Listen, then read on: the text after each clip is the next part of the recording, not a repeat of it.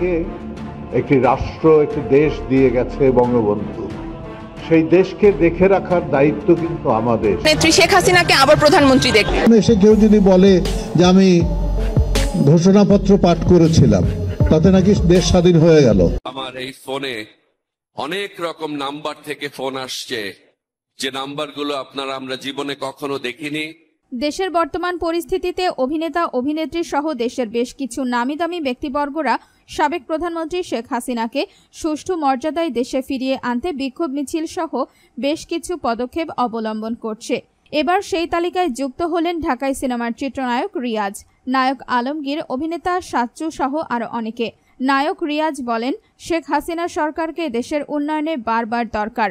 এছাড়াও তিনি আরও বলেন, বৈষম্য বিরোধী ছাত্র আন্দোলনের মাধ্যমে শেখ হাসিনাকে বাধ্য করা হয়। দেশের স্বার্থে তিনি এখনও দেশের প্রধানমন্ত্রী। দেশের বেশ কিছু রাজনীতিবিদ মনে করেন শেখ হাসিনা ছাড়া দেশের রাজনীতি অসম্পূর্ণ। এছাড়াও আরও একজন জানিয়েছেন, শেখ হাসিনা ছাড়া সারা দেশ একেবারেই অচল। প্রিয় দর্শক, দেশের এই পরিস্থিতি আপনি কিরকম দেখছেন?